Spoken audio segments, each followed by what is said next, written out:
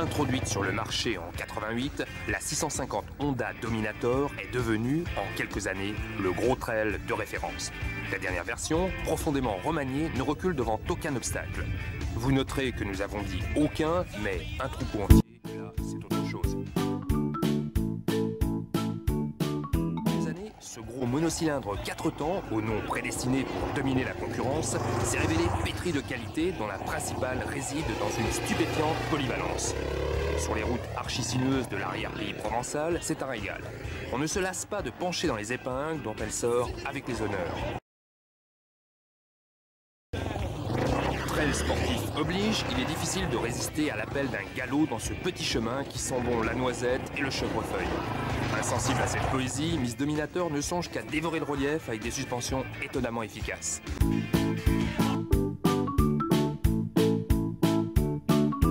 Au fil des années, le concept Dominator est resté le même, mais l'équipement a été considérablement modernisé.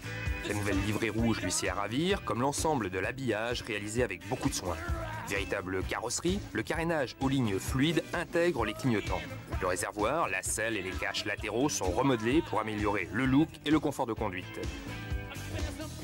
L'équipement reste généreux, voire luxueux, avec un tableau de bord digne d'une routière.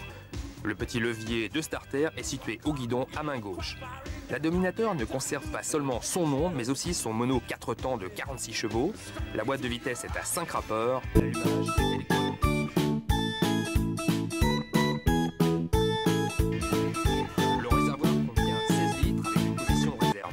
Le robuste sabot épargne les carters des projections de pierre. Le freinage est confié à 2 disques de grand diamètre. La suspension arrière prolique est progressive grâce à un jeu de biellettes endurales. L'amortisseur actionne un robuste bras oscillant. Le réservoir pour l'huile moteur. Les 2 embouts d'échappement dorés et la bonne volonté du démarreur électrique ont largement contribué à la réputation du 650 Honda Dominator.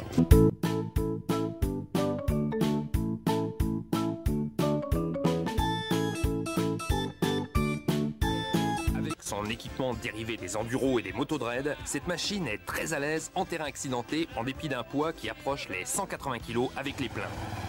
On constate, l'étanchéité est excellente, merci. Au sortir de l'oued, les pneus à profil trail ont un peu de mal à conserver leur adhérence, mais le moteur garde une motricité satisfaisante. Et même dans les passages trialisants, la Dominator reste très à l'aise, toujours grâce au bon accord moteur-suspension.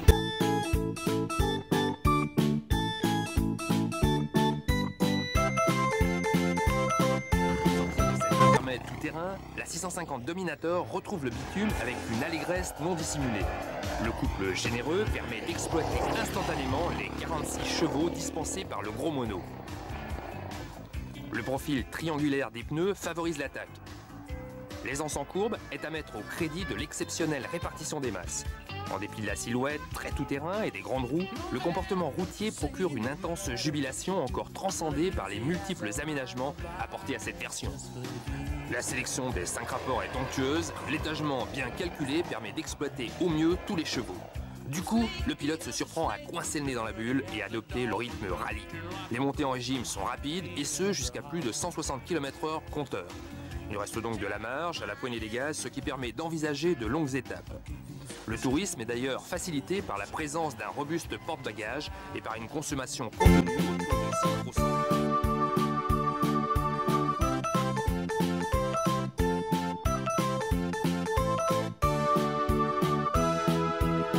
L'absence de vibration, l'excellent confort, y compris en duo, rendent cette machine attachante en ville, sur route et sur piste.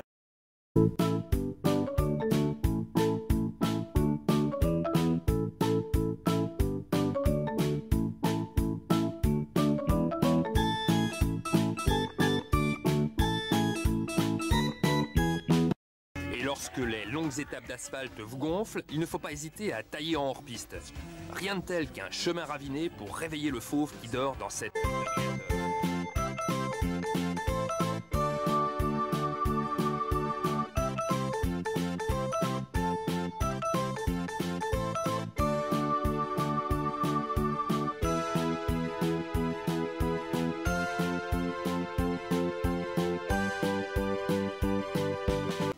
On le constate, la partie cycle est tellement sécurisante, tellement facile à exploiter qu'il n'est pas du tout nécessaire de revêtir une tenue spéciale pour jouer les enduristes.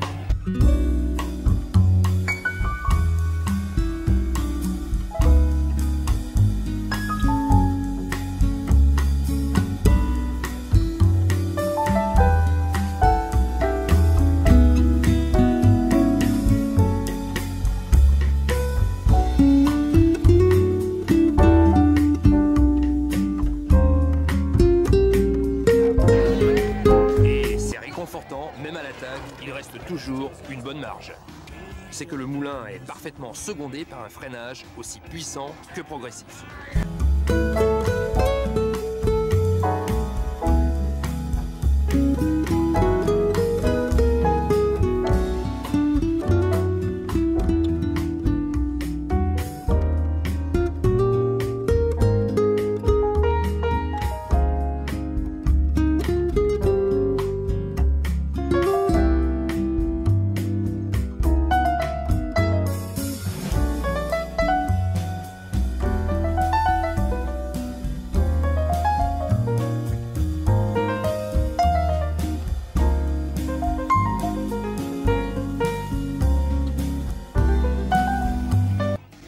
À mesure que l'on joue de la poignée des gaz, on tombe sous le charme.